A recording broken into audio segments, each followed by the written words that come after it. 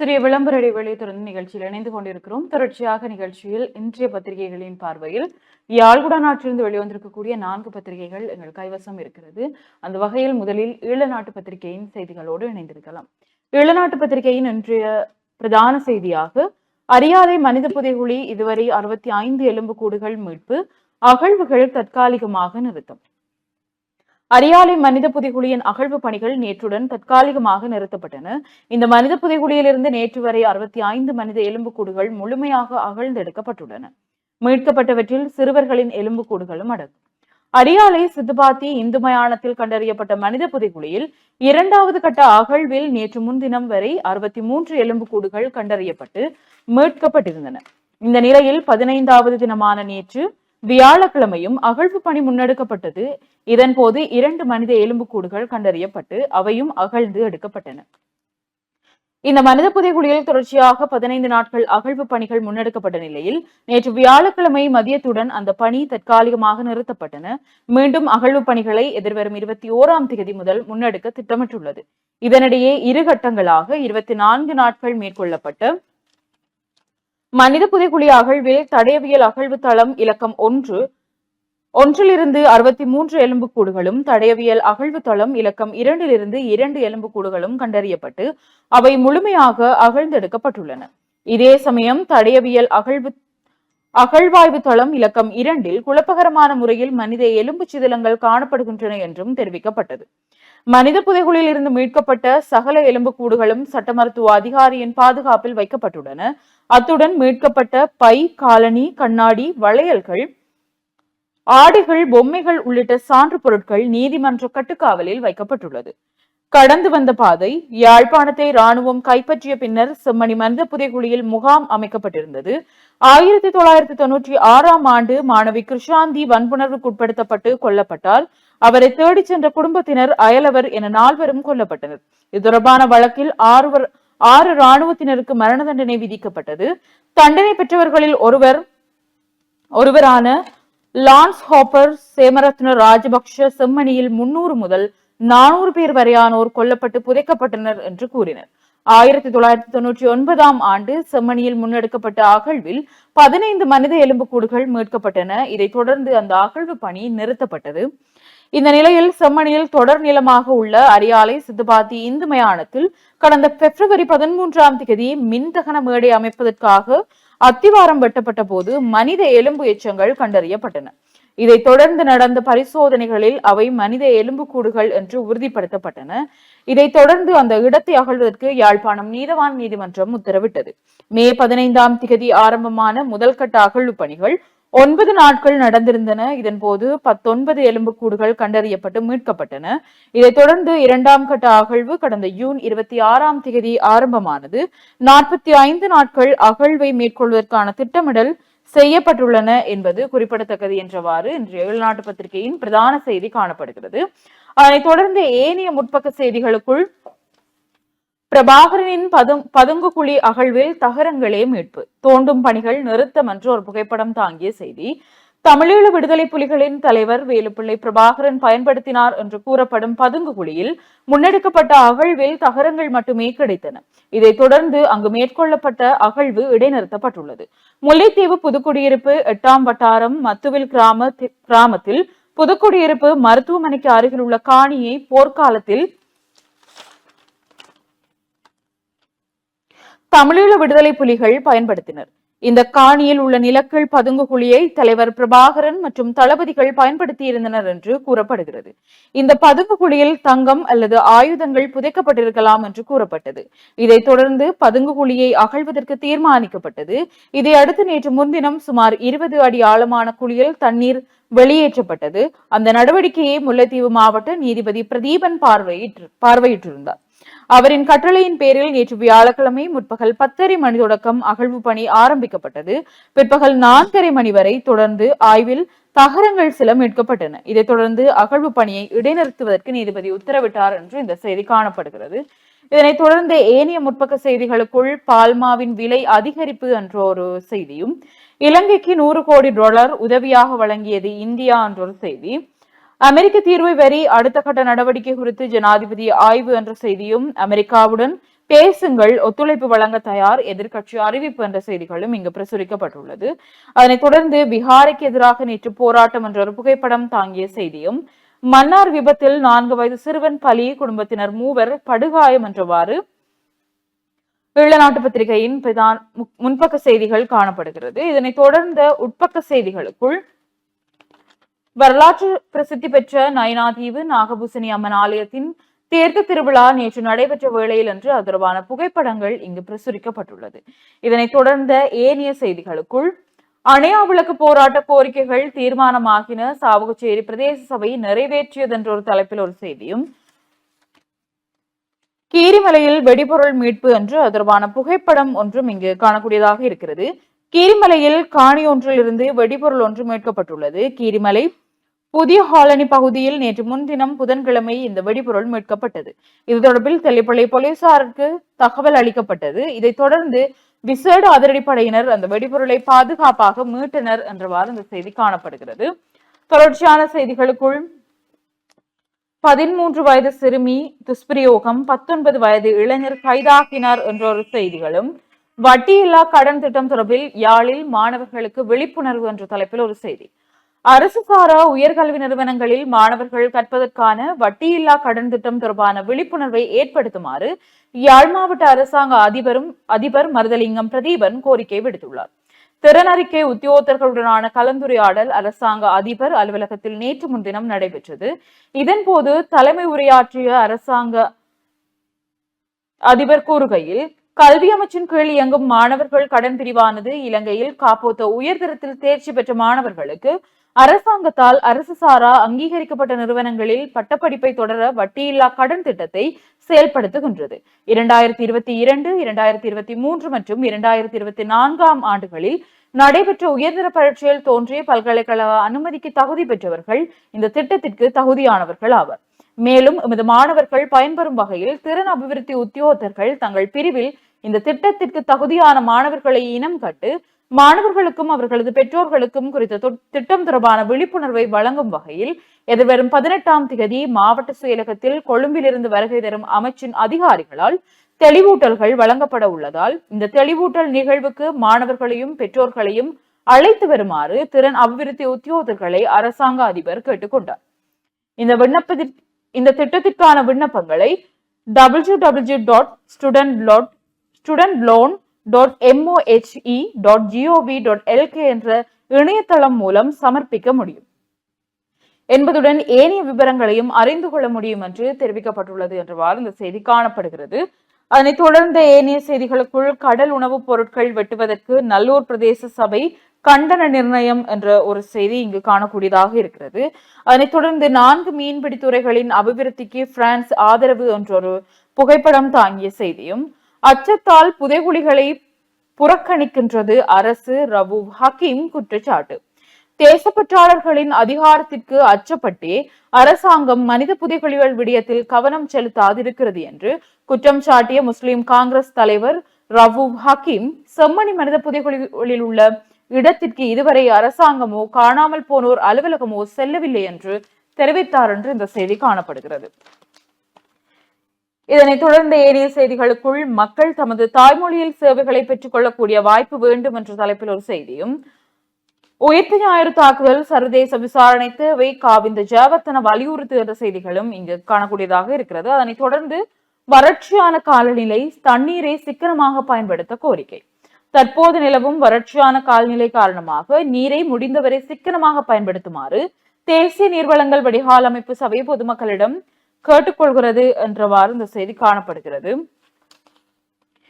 கட்டமிடப்பட்ட ஒரு செய்தியாக ஜனாதிபதி அனுரவின் பெயரை தவறாக எழுதியுள்ளார் ட்ரம்ப் என்ற ஒரு தலைப்பில் ஒரு செய்தி. ஹோட்டலில் தங்கியிருந்தவர்கள் விவரம் அரசு புலனாய்வு பிரிவில் என்றவாறும் செய்திகள் இங்கு காணக்கூடியதாக இருக்கிறது.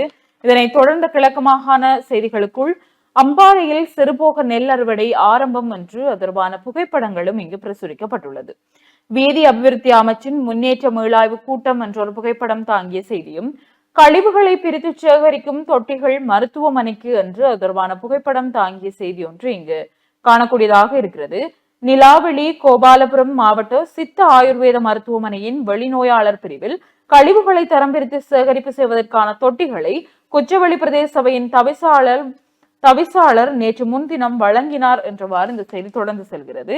ரூபாய் 11 லட்சம் காசோலை வழங்கி மோசடியில் ஈடுபட்டவர் சிக்கினார் என்றொரு செய்தி.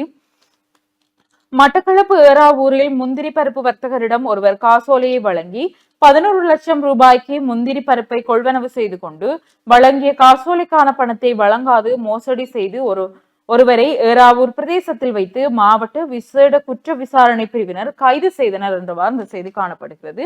அக்கரைப்பற்று மாநகர சபை உறுப்பினர்களுக்கு செயலமர்வு என்ற ஒரு செய்தியும், பிரதேச செயலக கணக்காய்வு முகாமைத்துவ குழு கூட்டம் என்ற ஒரு செய்தியும், அரசு தொழில் வாய்ப்புகளுக்குள் மாற்றுத்திறனாளிகள் உள்ளீர்ப்பு என்று குறிப்பாக திருகோணமலை தொடர்பான செய்திகளாக இந்த செய்திகள் காணப்படுகிறது.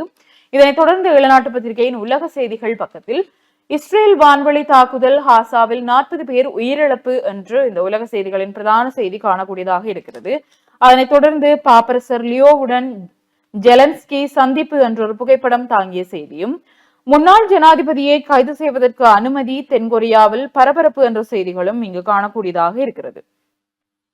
தொடர்ந்து நேபாளம் சீனா எல்லையில் வெள்ளத்தால் 9 பேர் மரணம் என்ற செய்தியும், கனமழை வெள்ளப்பெருக்கால் அமெரிக்காவில் 120 பேர் பலி என்ற செய்திகளும் இங்கு காணக்கூடியதாக இருக்கிறது.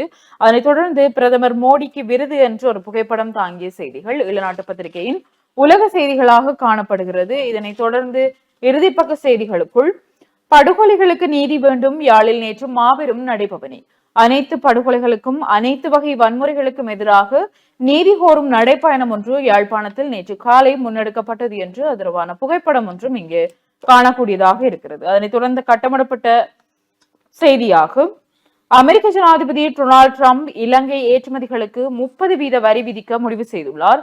வெள்ளை மாளிகை இலங்கைக்கு அனுப்பிய கடிதத்தில் புதிய வரி வீதங்கள் அறிவிக்கப்பட்டுள்ளன. இந்த புதிய வரி விதிப்பு ஆகஸ்ட் மாதம் 1ஆம் தேதி முதல் அமுலுக்கு வர உள்ளது. முன்னதாக இலங்கை மீது அமெரிக்க ஜனாதிபதி விதித்திருந்த வரி 44% ஆகும்.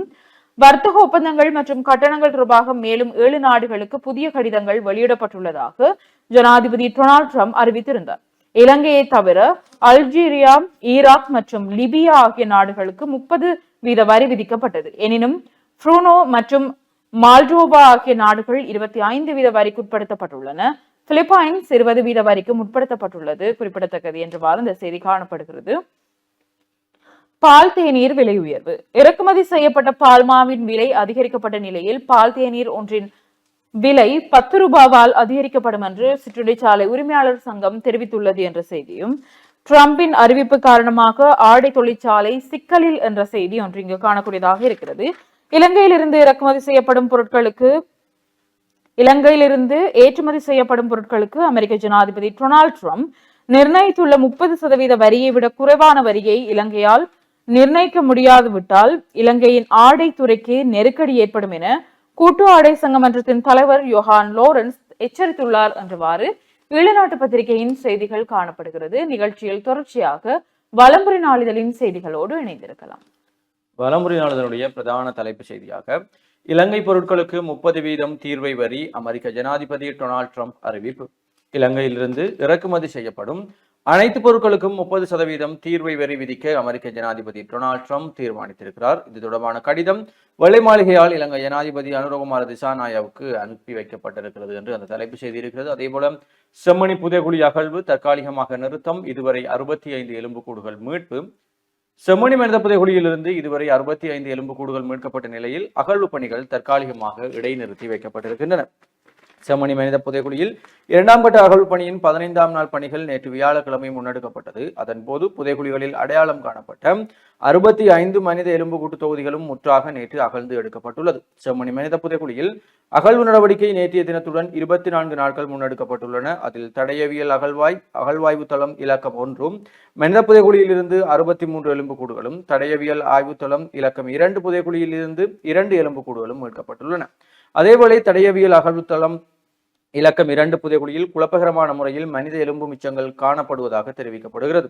மீட்கப்பட்ட எலும்புக்கூட்டு தொகுதிகள் அனைத்தும் சட்ட வைத்திய அதிகாரியின் பாதுகாப்பில் வைக்கப்பட்டுள்ளதுடன் புதைகுழிகளில் இருந்து மீட்கப்பட்ட பை, காலணிகள், கண்ணாடி வளையல்கள், ஆடையொத்த துணிகள், பொம்மை உள்ளிட்ட பொருட்கள் சான்று பொருட்களாக அடையாளப்படுத்தப்பட்டு நீதிமன்ற காவலில் வைக்கப்பட்டிருக்கிறது என்று அந்த செய்தி காணப்படுகிறது. அதே போல எதிர்வரும் 21ஆம் தேதி அகழ்வு பணி மீள ஆரம்பம். செம்மணி மனித புதைகுழியின் அகழ்வு பணிகள் எதிர்வரும் 21ஆம் தேதி மீள ஆரம்பமாகும் என்று அறிவிக்கப்பட்டிருக்கிறது. செம்மணி மனித புதைகுழியில் 65 எலும்பு தொகுதிகள் இதுவரை மீட்கப்பட்டுள்ள நிலையில் தொடர்ச்சியாக அகழ்வு பணிகளில் ஈடுபட்ட நிபுணர் குழுவினர் மற்றும் பணியாளர்கள் உடல் மற்றும் உளரீதியாக சோர்வடைந்த நிலையில் புதைகுழி அகழ்வு தற்காலிகமாக இடைநிறுத்தி வைக்கப்பட்டுள்ளமை குறிப்பிடத்தக்கது என்று அந்த செய்தி காணப்படுகிறது. அதே போல ஏனைய முற்பக்க செய்திகளுக்குள் மன்னாரில் கோர விபத்து, 4 வயது சிறுவன் பலி. மன்னாரில் இடம்பெற்ற கோர விபத்தில் 4 வயது சிறுவன் ஒருவர் உயிரிழந்துள்ளார் என்ற செய்தியும், புத்தூர் வாதரவத்தையில் முழங்காவிலை சேர்ந்த யுவதி சடலமாக மீட்பு என்ற ஒரு செய்தி. அதே போல மட்டக்களப்பை சேர்ந்தவர் தமிழகத்தில் அகதியாக தஞ்சம். கடன் தொல்லை காரணமாக விபரீத முடிவெடுத்த குடும்ப பெண் மரணம். இளவாலையில் கடன் தொல்லை காரணமாக விபரீத முடிவெடுத்த இளம் குடும்ப பெண் ஒருவர் நேற்றைய தினம் மரணமடைந்திருக்கிறார். இதில் அதே பகுதியைச் சேர்ந்த 2 பிள்ளைகளின் தாயாரான ஹரிச்சந்திரன் வினோதா வயது 36 என்ற இளம் குடும்ப பெண்ணை உயிரிழந்தவர் ஆவார். குறித்த பெண்ணின் கணவர் வெளிநாட்டில் பணிபுரிந்து வருகிறார். இந்த நிலையில் உயிர் மாய்த்த பெண்ணிற்கு கடன் கொடுத்தவர்களால் தொல்லை ஏற்பட்டுள்ளது. கடனை திருப்பி கொடுக்க முடியாத நிலையில் குறித்த பெண் நேற்று முன்தினம் உயிர் மாய்த்திருக்கிறார். அவரது சடலம் மீதான மரண விசாரணைகளையும் திடீர் மரண விசாரணை அதிகாரி நமசிவாயம் பிரேம்குமார் மேற்கொண்டு வருகிறார் என்று அந்த செய்தியும் காணப்படுகிறது. இலங்கை செய்த தவறே அமெரிக்க வரிக்கான காரணம் எதிர்க்கட்சி தலைவர் சஜித் தெரிவிப்பு. பால் தேநீர் விலைகள் அதிகரிப்பு. இறக்குமதி செய்யப்படும் 400 கிராம் பால்மா பொதியொன்றின் விலை 100 ரூபாவால் அதிகரித்திருக்கிறது.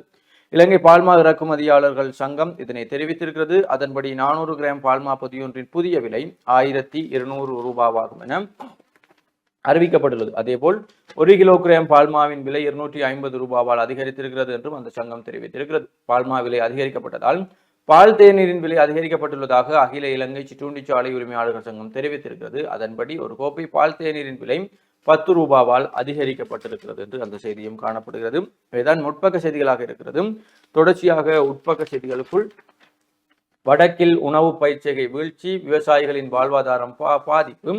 பாராளுமன்றத்தில் ஸ்ரீதரன் எம்பி தெரிவிப்பு. அதேபோல் உயிர்த்த ஞாயிறு தாக்குதலுக்கும் பிள்ளையானுக்கும் தொடர்பு இருக்கிறது. எம்மை குறை கூறி பயனில்லை என்கிறார் அமைச்சர். உயிர்த்த ஞாயிறு குண்டு தாக்குதல் எமது ஆட்சியில் இடம்பெற்றதைப் போல எதிர்க்கட்சியினர் பேசுகிறார்கள். கோத்தபாய ராஜபக்சவின் ஆட்சியில் இந்த விடயத்தில் ஊமை போன்று இருந்தவர்கள் இன்று எம் மீது குற்றச்சாட்டுகளை முன்வைப்பது ஆச்சரியமாக உள்ளது என பொதுமக்கள் பாதுகாப்பு அமைச்சர் ஆனந்த விஜயபால தெரிவித்திருக்கிறார். பாராளுமன்றத்தில் நேற்று புதன்கிழமை நடைபெற்ற உயிர்த்த ஞாயிறு தாக்குதல் குறித்த சபை ஒத்திவைப்பு விவாதத்தில் உரையாற்றுகையிலேயே அவர் மேற்கொண்டவாறு தெரிவித்தார். 2019 4ஆம் மாதம் 21ஆம் தேதி குண்டு தாக்குதல்கள் இடம்பெற்ற போதும் யோசப் பிரஜாஜ சிங்கம் படுகொலை விவகாரத்தில் பிள்ளையான் மட்டக்களப்பு சிறையில் இருந்திருக்கிறார்.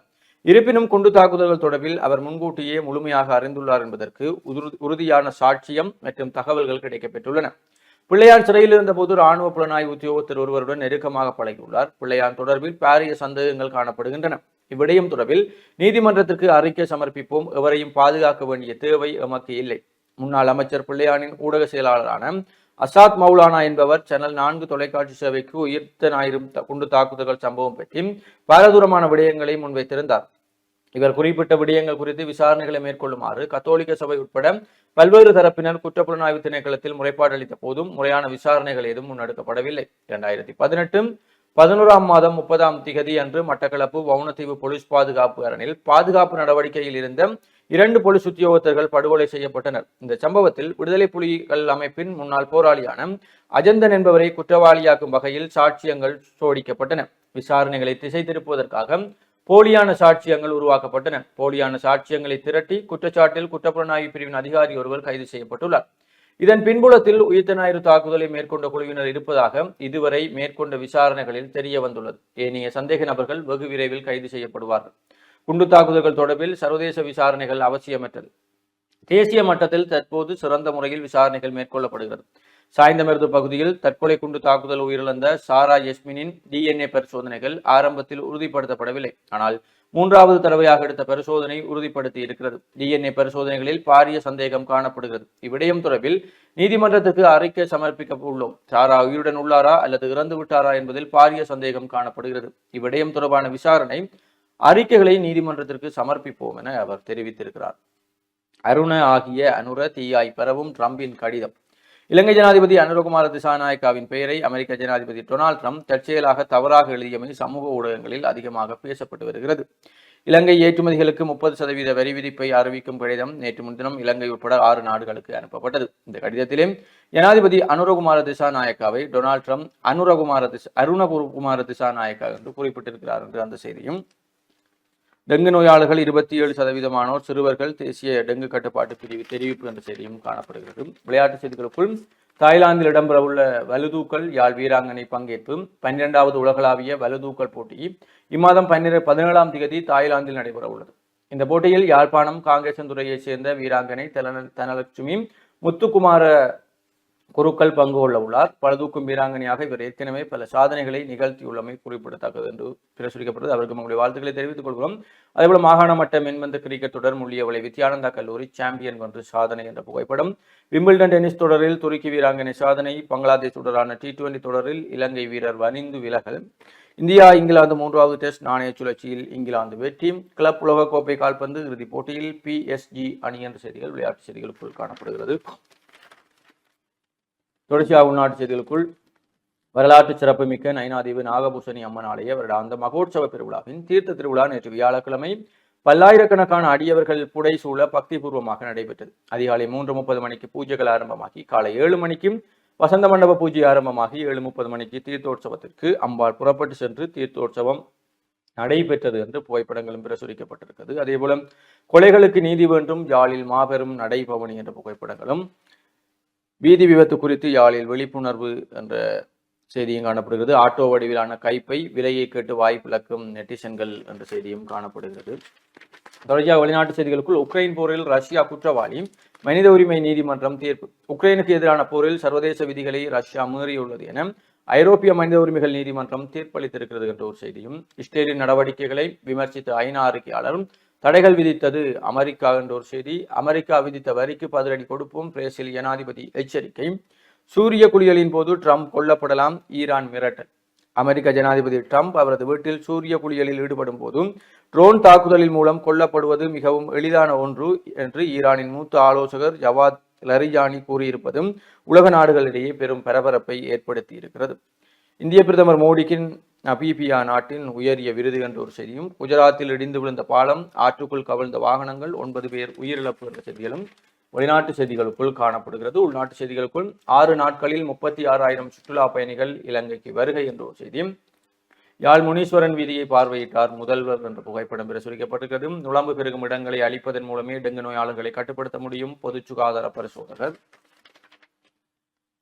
வலமுறையுடைய ஆசிரியர் தலையங்கமாக ஈஸ்டர் குண்டு தாக்குதல் அரசின் தயக்கம் ஏன் என்ற தலைப்பிலே ஆசிரியர் தலையங்கமும், மலேசிய நாட்டு பணித்துறைகளில் இலங்கையருக்கு வேலை வாய்ப்பு, மலேசிய பிரதமரிடம் விஜித ஹேரத் கோரிக்கை, இராணுவத்தினர் ஒரு பாவமும் அறியாதவர்கள், புலிகளே கொலை குற்றவாளிகள், செம்மணி மனித புதைகுழி தொடர்பில் சாகர. செம்மணி மனித புதைகுழியில் புதைக்கப்பட்டவர்களை இராணுவம் கொலை செய்யவில்லை, மாறாக புலிகளை தமிழ் மக்களை கொண்டு குவித்தனர் என பொதுஜன பெரமுன கட்சியின் பொதுச் செயலாளர் சாகர காரியவசம் தெரிவித்திருக்கிறார் என்ற ஒரு செய்தியும், மின்சார சபை திருத்த சட்ட மூலத்தால் அவருக்கும் எந்தவித பயனும் இல்லை ஐக்கிய மக்கள் சக்தி தெரிவிப்பு. இதுதான் வலம்புரியினுடைய முக்கிய செய்திகளாக இருக்கிறது. தொடர்ச்சியாக உதய நாளிதழின் செய்திகளோடு இணைந்திருக்கலாம். உதயன் பத்திரிகையின் இன்றைய பிரதான செய்தியாக குற்றப்புலனாய்வு பிரிவிடம் செம்மணி புதைகுழி வழக்கு பாரப்படுத்துவதற்கு நடவடிக்கைகள். செம்மணி மனித புதைகுழி தொடர்பான வழக்கை போலீஸ் மா அதிபரின் உத்தரவிற்கு அமைய குற்றப்புலனாய்வு திணைக்களத்திடம் பாரப்படுத்துவதற்கு நடவடிக்கை மேற்கொள்ளப்பட்டு வருகின்றது என்றவாறு இந்த செய்தி காணப்படுகிறது. அதனைத் தொடர்ந்து செம்மணி அகழ்வு பணி தற்காலிகமாக நிறுத்தம் என்ற தலைப்பில் ஒரு செய்தியும், செம்மணி புதைகுழியில் 65 எண்பு தொகுதிகள் என்ற ஒரு புகைப்படம் தாங்கிய செய்தியும், கட்டமிடப்பட்ட செய்தியாக நீல நிற பையுடன் மீட்கப்பட்ட எண்பு தொகுதிக்கு ஆய்வறிக்கை தருக சட்ட மருத்துவ அதிகாரிக்கு நீதிமன்றம் உத்தரவு.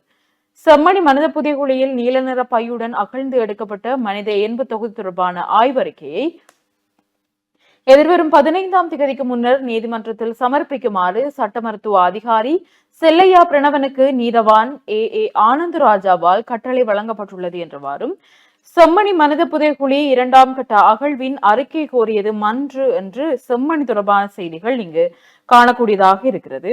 அதனைத் தொடர்ந்து ஏனைய செய்திகளுக்குள் விடுதலை புலிகளின் பதுங்கு குழியில் தங்கத்தை தேடியோர் ஏமாற்றம் என்றொரு செய்தி, புகைப்படம் தாங்கிய செய்தி, டெங்கு அபாயம், பொலிகண்டி மேற்கில் 28 சிவப்பு எச்சரிக்கைகள் என்ற செய்தியும், மன்னாரில் விபத்து, சிறுவன் உயிரிழப்பு, ஒரே குடும்பத்தைச் சேர்ந்த 3 பேர் படுகாயம் என்றவாறு செய்திகள் இங்கு காணக்கூடியதாக இருக்கிறது. திஸ்ஸபிகாரிக்கு எதிராக நேற்று தொடர் போராட்டம் என்ற ஒரு தலைப்பில் ஒரு செய்தியும், எகிரியது பால்மா விலை என்றவாறு செய்திகள் இங்கு காணப்படுகிறது. அதனைத் தொடர்ந்து முச்சந்தி முரளி அவர்களுடைய கருத்தாக, அப்ப இனி பால் தேத்தனியை விட்டுட்டு பிளேன் டீக்கு எல்லாரும் மாறுறதுதான் உத்தமம் கண்டியலோ என்ற மாதிரி அவருடைய கருத்து இருக்கிறது.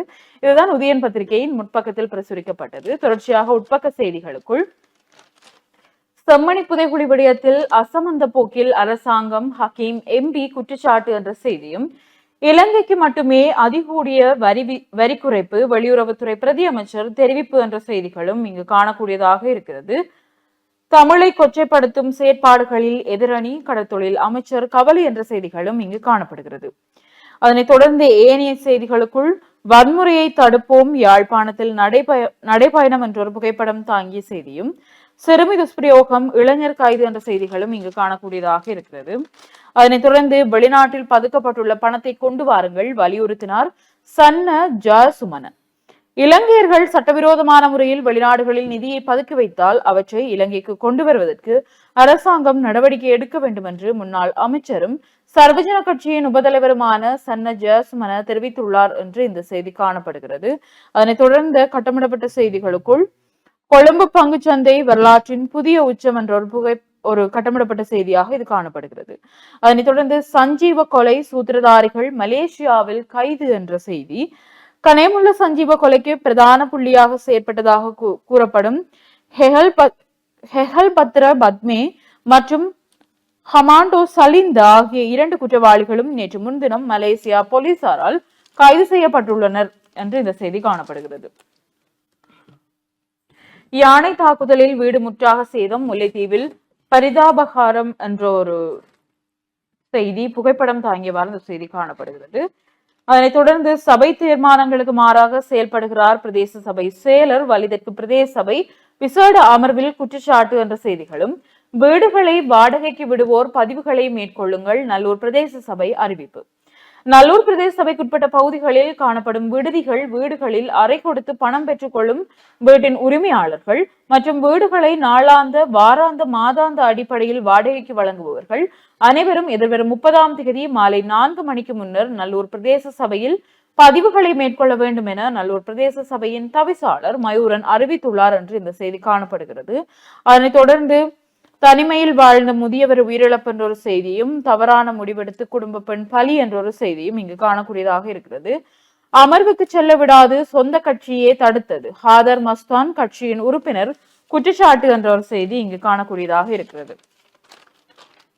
இதனைத் தொடர்ந்த செய்திகளுக்குள், ஈழத்தமிழர் ஒருவர் இந்தியாவில் தஞ்சம் என்ற ஒரு கட்டமிடப்பட்ட செய்தி காணப்படுகிறது. அதனைத் தொடர்ந்த இறுதிப்பக்க செய்திகளுக்குள், டெங்கு நோயாளர்களில் 27% சிறுவர்கள். நாட்டில் இதுவரை அடையாளம் காணப்பட்டுள்ள டெங்கு நோயாளர்களில் 27% சிறுவர்கள் என தேசிய டெங்கு கட்டுப்பாட்டு பிரிவு தெரிவித்துள்ளது என்றவாறு இன்றைய உதயன் பத்திரிகையின் செய்திகள் காணப்படுகிறது. தொடர்ச்சியாக தினக்குரல் நாளிதழின் செய்திகளோடு இணைந்திருக்கலாம். தினக்குரல் நாளிதழுடைய பிரதான தலைப்பு செய்தியாக, செம்மணி மனித புதைகுழி கொடூரமான கண்டுபிடிப்பு, இங்கிலாந்து வெளியுறவு செயலர் கவலை. சமீபத்தில் செம்மணியில் கண்டுபிடிக்கப்பட்ட செம்மணி மனித புதைகுழி கொடூரமான கண்டுபிடிப்பு என்று இங்கிலாந்து வெளியுறவு செயலாளர் டேவிட் லாமி கவலை வெளியிட்டிருக்கிறார். இது தொடர்பில் பிரிட்டிஷ் நாடாளுமன்ற உறுப்பினர் உமா குமரனுடன் வெளியுறவு செயலாளர் இந்த கருத்துக்களை பகிர்ந்து கொண்டார். கடுமையான மனித உரிமை மீறல்களில் ஈடுபட்ட இலங்கை ராணுவம் அதிகாரிகளுக்கு எதிராக இங்கிலாந்து சமீபத்தில் விதித்த தடைகளை உமா குமரன் வரவேற்றார். ஆனால் செம்மணியில் கொடூரமான கண்டுபிடிப்பு நாட்டின் நீடித்த வன்முறை மரபை அப்பட்டமாக நினைவூட்டுவதாக நாடாளுமன்ற உறுப்பினர் வெளியுறவு செயலாளரிடம் தெரிவித்தார். அதற்கு அவர் பதிலளிக்கையில், சமீபத்தில் செம்மணியில் கண்டுபிடிக்கப்பட்ட மனித புதைகுழி தொடர்பாக எனக்கு மிகவும் கடுமையான கவலைகள் உள்ளன. ஆம், நாங்கள் அதை இலங்கை அரசாங்கத்திடம் நேரடியாக கேள்வி எழுப்பியுள்ளோம். கடந்த மாதம் நாங்கள் அதை செய்தோம். ஆம், நாடு முழுவதும் காணாமல் போனவர்களின் குடும்பங்களுடன் நாங்கள் நெருங்கிய தொடர்பில் இருக்கிறோம். மேலும் அவர்களின் குரல்கள் கேட்கப்படுவதை உறுதி செய்ய அரசு சாரா நிறுவனங்கள் மற்றும் பிறருடன் நாங்கள் இணைந்து பணியாற்றி வருகிறோம். நாட்டிற்குள் திறன் சிக்கல்கள் இருப்பதை புரிந்து கொண்டு வெகுஜன புதைகுழி பிரச்சினைக்கு பிரச்சனையை பார்ப்பவர்களுக்கு ஆதரவளிக்க நாங்கள் கொண்டுவரக்கூடிய தொழில்நுட்ப நிபுணத்துவம் உள்ளதா என்பதை பார்ப்பதில் நான் மகிழ்ச்சி அடைகிறேன் என்கிறார். தொடர்ந்து இலங்கையில் அட்டூழியங்களில் ஈடுபட்டதாக கூறப்படும் குற்றவாளிகளை சர்வதேச குற்றவியல் நீதிமன்றத்திற்கு பரிந்துரைக்க வேண்டும் மற்றும் ஐநா மனித உரிமைகள் உயர் ஆணையாளரிடம் பரிந்துரையை இங்கிலாந்து அரசாங்கம் ஆதரிக்குமா என்றும் எம்பி உமாகுமரன் கேட்டார். அதற்கு பதிலளித்த வெளியுறவு செயலாளர் லாமி, இலங்கை சர்வதேச நீதிமன்றத்தில் கையொப்பமிடாத நாடு என்று அவர் பதிலளித்திருக்கிறார் என்ற செய்தி தினகரனுடைய தலைப்பு செய்தியாக இருக்கிறது. தொடர்ச்சியாக ஏனைய முற்பக்க செய்திகளுக்குள் மன்னாரில் கோர விபத்து, 4 வயது மகன் பலி, தந்தை தாய் மகள் படுகாயம் என்ற செய்தியும், செம்மணி அகழ்வு பணி தற்காலிகமாக நிறுத்தம், ஜூலை 21 மீள ஆரம்பிக்க உத்தேசம் என்ற செய்தியும், பால்மாவில் 100 ரூபாவால் அதிகரிப்பும், செம்மணி மனித புதைகுழி பகுதியை காணொலி எடுத்த குழுவினர் எச்சரிக்கையின் பின் விடுவிப்பு. செம்மணி மனித புதைகுழி அகழ்வு நடைபெறும் பகுதியை அனுமதியின்றி காணொலி எடுத்த 5 அடங்கிய கும்பல் ஒன்று மடக்கி பிடிக்கப்பட்டு கடுமையான எச்சரிக்கையின் பின் விடுவிக்கப்பட்டிருக்கிறார்கள் என்ற செய்தியும், செம்மணி மனித புதைகுழி அகழ்வு பகுதியில் மேலதிகமாக கண்காணிப்பு கேமராக்கள் என்ற ஒரு செய்தியும் காணப்படுகிறது. அதேபோல செம்மணி 2ஆம் கட்ட அகழ்வு தொடர்பில் அறிக்கை சமர்ப்பிக்க நீதிமன்றம் உத்தரவு. தையிட்டியில் நேற்றும் கவன ஈர்ப்பு போராட்டம் என்ற ஒரு செய்தி. அதேபோல மன அழுத்தத்தால் யாழில் யுவதி உயிர் மாய்ப்பு, கடன் தொல்லையால் குடும்ப பெண் உயிர் மாய்ப்பு என்ற செய்திகளும், அமெரிக்க வரி தள்ளுபடி பட்டியலில் இலங்கை நிதியமைச்சின் செயலாளர் தெரிவிப்பு என்ற செய்திகள் தினகுரலுடைய முற்பக்க செய்திகளாக இருக்கிறது. தொடர்ச்சியாக உட்பக்க செய்திகளுக்குள் சர்வதேச நீதி பொறிமுறையை வலியுறுத்தி வடக்கு கிழக்கில் மக்கள் போராட்டம், ஜூலை 26 ஏற்பாடு. அரசாங்கம் வெறுமனே பாடப்புத்தக நிபுணர்களை நம்பியிருந்தால் ஆபத்து என்ற செய்தியும் காணப்படுகிறது. தொடர்ச்சியாக தினகரனுடைய குரல் பதிப்பாக நெடுந்தீவு அபிவிருத்திக்கு சுற்றுலாவே ஒரே வாய்ப்பு என்ற தலைப்பிலே குரல் பதிப்பும் காணப்படுகிறது. ஆபத்தான ஆயுதங்கள், போதைப் பொருட்கள் மீட்பு, இளைஞன் ஒருவர் கைது என்ற செய்தியும் இருக்கிறது. வெளிநாட்டு செய்திகளுக்குள் உக்ரைன் போரில் ரஷ்யா குற்றவாளி, மனித உரிமைகள் நீதிமன்றம் அதிரடி உத்தரவு என்ற செய்தியும் காணப்படுகிறது. தொடர்ச்சியாக செம்மணி புதைகுழி உண்மைகளை வெளிப்படுத்த அஞ்சும் அனூர் அரசு, வயிற்றுக்கு தெரியாமல் மருந்து குடிக்க முயற்சிக்காதீர்கள். தேசப்பற்றாளர்களின் அதிகாரத்துக்கு அச்சப்பட்டு அரசாங்கம் மனித புதைகுழிகள் விடயத்தில் கவனம் செலுத்தாது உள்ளது என்று ஸ்ரீலங்கா முஸ்லிம் காங்கிரஸ் தலைவர் ரவூப் ஹக்கீம் குற்றம் சாட்டியிருக்கிறார் என்ற செய்தியும் காணப்படுகிறது. அதேபோல தலையில் காயங்கள், கழுத்தில் ரத்தம், வீதியில் மீட்கப்பட்ட ஆணின் சடலம். கோமாகம கிளை வீதியில் நேற்று வியாழக்கிழமை காலை ஆண் ஒருவரின் சடலம் கண்டுபிடிக்கப்பட்டிருக்கிறது என்ற செய்தியும் காணப்படுகிறது.